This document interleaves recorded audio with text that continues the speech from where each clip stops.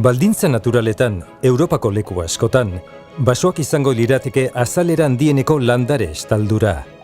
Beste ekosistema batzuen aldean, basoak dira ugaztun, hegazti, narrasti eta anfibio gehien hartzen dutenak. Hori dela eta pentsatzen da planetako ekosistema aberatsenetariko bat osatzen dutela.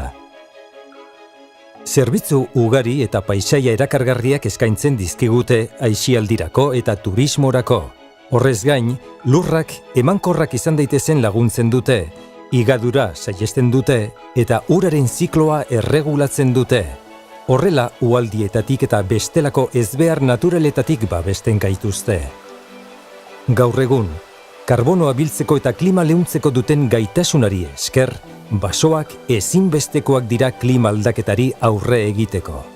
Horregatik, guztiarengatik, Natura 2000 sareak, Natura gune babestuen sare ekologikorik garrantzitsuenak, Europako basoen ia laurden bat babesten du. Euskadin, 55 Natura gune ditugu Natura 2000 sarearen barruan autonomia erkidegoaren azaleraren 20% hartzen dutenak, eta haietako zati handi batek askotariko baso naturalak eta erdi naturalak hartzen ditu, Atlantikoak zein Mediterraneoak. Euskadiko azaleraren 60% batasunaren intereseko basoak dira.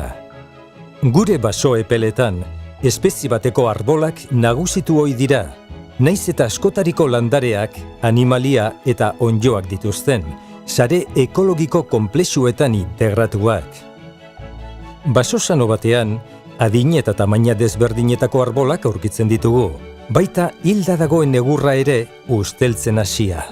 Mikroorganismoen, onddoen eta ornogabe txikien ekintzari esker, egur hori elikagai bihurtzen da berriz ere arbolentzat beraientzat eta gainerako izaki bizidunentzat. Gauza bera gertatzen da hilda dagoen gainerako materia organikoarekin. Ekosistema horietan, eragin handia izan du gizakiaren jarduerak eta gaur egun ere jarraitzen du eragina izaten. Izan ere, mendeetan zehar, gizakiak basoetako egurra ustiatu du, eta baso landareketekin ordeztu ditu basoak, azkar hazten diren espezie exotikoak, sorolanduak eta ganaduentzako larreak jarri zaien ordez. Euskadin, zenbait baso mota ditugu klimaren orientazioaren eta lurraren arabera.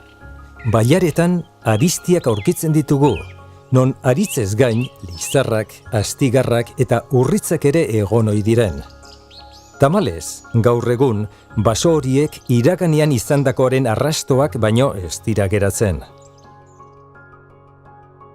Erkamestiak zona lehorrenetan hazten dira, areazko lurretan berriz, amestiak ugaltzen dira.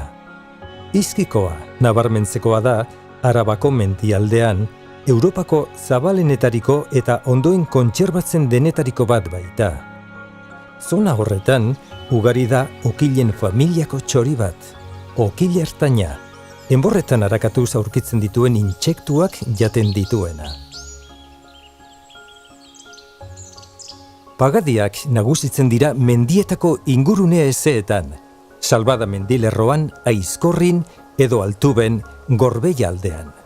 Osto erorkorreko baso horietan, urtaroen joanetorriak aldarazten ditu bizi erritmoa eta paisaiak. Hantxe bizi da Euskadiko ugaztunen parte handi bat.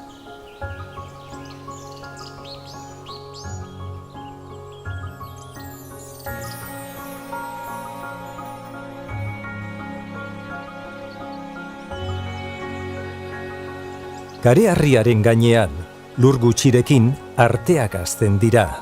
Nabarmen bereziak dira Kantauriko arte mordoilotuak, hala nola Arnokoa Gipuzkoan eta Urdaibaikoak gaur egun arte bizirik heldu direnak iraganeko garai bero haietatik. Hegazti harrapari batek, arrano sugezale europarrak, abia basoko adarren artean gordetzen du. Ibar basoak hazten dira ibai eta errekastoen ertzetan, zumeez, altzez eta lizarrez beteak. Horiek guztiak funtsezkoak dira gure ibaiak ondo ibil daitezen, kalitatezko urez ezinbestekoak baitira haien ekosistemarentzat. Azken finean, Basoak interes bereziko inguruneak dira naturagunea kontserbatzeko duten garrantziarengatik, gizarteari ematen dizkigun ondasun eta zerbitzuengatik, eta klima aldaketaren aurkako borrokan jokatzen duten eginkizunagatik. Gure basoen parte handi bat, Natura 2000 sarearen barruan izatea eta haien kontserbazioa eta funtzionamendua hobetzen ahalegintzea da azken finean, gure ongizatea bermatzeko eta bizi kalitatea hobetzeko lan egitea.